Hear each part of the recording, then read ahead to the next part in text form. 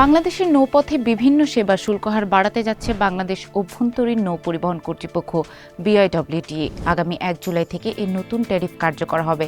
সংশ্লিষ্টরা বলছেন এতে নৌপথে পণ্য পরিবহনে খরচ বাড়বে। এর কতটুকু প্রভাব পড়বে সাধারণ মানুষের ওপর জানব বণিক বার্তা লিড নিউজে।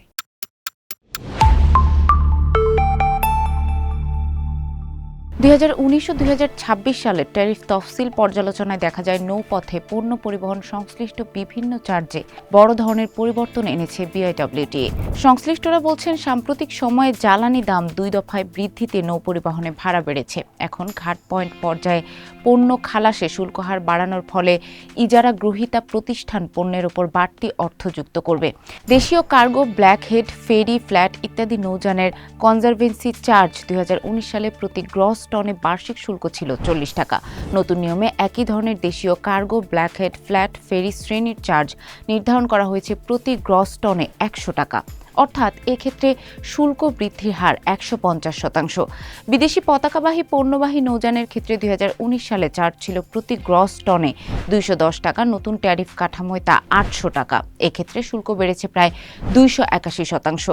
নৌযানের পাইলটেজ ফি প্রতি বিট 500 থেকে বাড়িয়ে করা হয়েছে 750 টাকা। পাইলটেজ ফি বৃদ্ধিতে চট্টগ্রাম থেকে চরগজারিয়া বা আজাদ বাজার পর্যন্ত নৌপথকে 4 বিট হিসেবে গণনা করায় ওই রুটে ব্যয় আরও বাড়বে।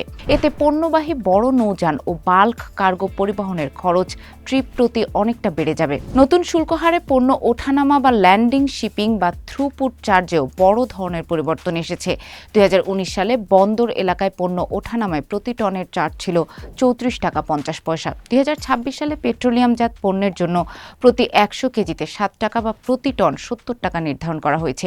অর্থাৎ প্রতি টনের চার্জ বেড়েছে 103%। লাইসেন্সপ্রাপ্ত জেটি বা ফোরশোর দিয়ে পণ্য ওঠানামার ক্ষেত্রেও প্রতি টনে 50 টাকা এবং প্রতি ঘনফুটে 50 পয়সা চার্জ নির্ধারণ করা হয়েছে।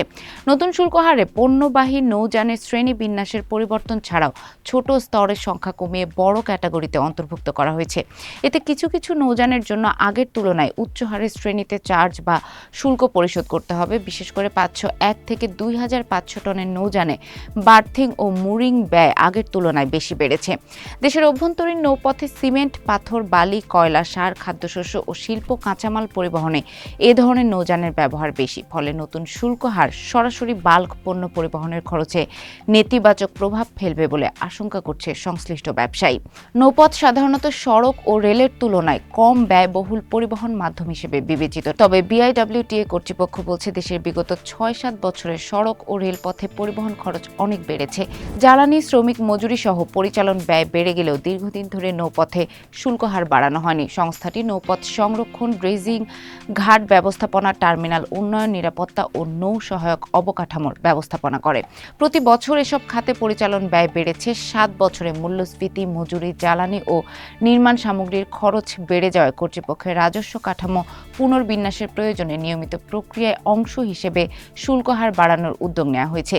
বিআইডব্লিউটিএ এর পরিচালক একেএম আরিফ উদ্দিন বন্দর ও পরিবহন বণিক বার্তাকে বলেন, নৌ খাতের চার্জ 3 বছর অন্তর বাড়ানোর নিয়ম রয়েছে। বিভিন্ন কারণে শুল্ক হার বাড়ানোর প্রক্রিয়া 6 থেকে 7 বছর পিছিয়েছে। এ সময় অনেক কিছুর ব্যয় বেড়েছে। বিআইডব্লিউটিএ এর পরিচালন ব্যয় বেড়েছে।